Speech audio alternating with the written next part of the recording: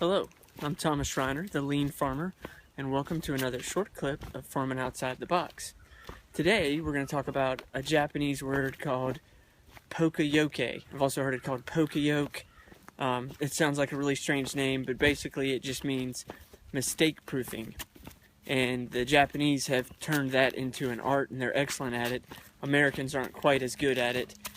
There's lots of examples of Poka Yoke that you deal with on a daily basis that you don't even realize. Everything from childproof tops so they can't open, Advil or aspirin or something like that, to the way you plug your plugs into the wall to make sure you plug them in the correct way. So lots of different things are mistake proofed. But on the farm, we've been having some trouble with how we water our animals. And so I've mentioned once in a video before, we're kind of unique from the standpoint of we still have spring water, which means we don't have a well. Literally, we have a spring. It fills up in a box. Water gets pumped out of that box up to a pump house.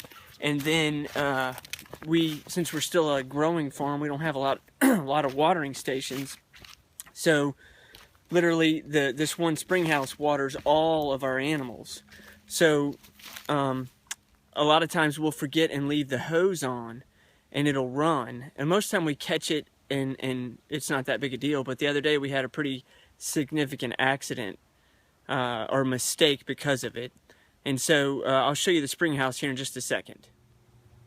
Alright, so definitely nothing fancy to look at, but basically that's the spring house. So underneath the ground, I don't know, 7 or 8 feet deep is a big box, concrete box, and water fills up into that box, and then there's a pump in there, and that pumps water way up the hill to a pump house, which then eventually sends it on up the hill to the house where we water the animals.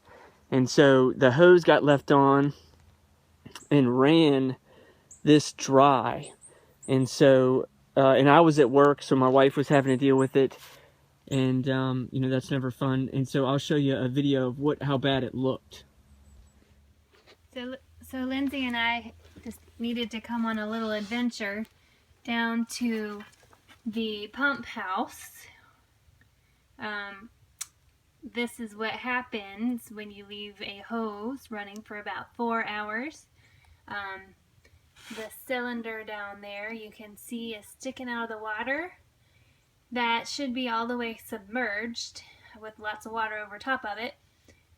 Since I first came down here, it has filled back in quite a bit. Okay, so obviously running that dry is not something you want to have happen. You could, kill the pump. You could really hurt the spring. And since it's our only water source, that's a major deal.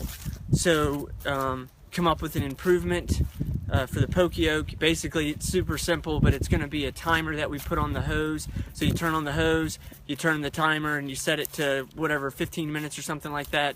You go do your watering, and if you were to happen to forget to turn off the water, it will automatically take care of shutting it off for you. So it's not something that we just want to leave running, but it would shut it off for you, and then we wouldn't have the mistake of leaving the water running. So I'll show you what the device looks like, and we'll see if it works. Okay, so there's the device. You can see your times you can set it for. I think you can probably hear it ticking down, and we'll try it and see if it works. Alright, so there you have it. It works. So mistake proofing the error that we had the other day. Now, it would have been real easy. It was actually my kids that left the water on. They came out early, they did a bunch of chores, they did all the watering. How could you get upset at them? And they forgot and left the water on. And it'd be real easy for me to blame them, but I'd had it happen to me and I hadn't done anything about it. I should have taken responsibility for it and done something to fix it.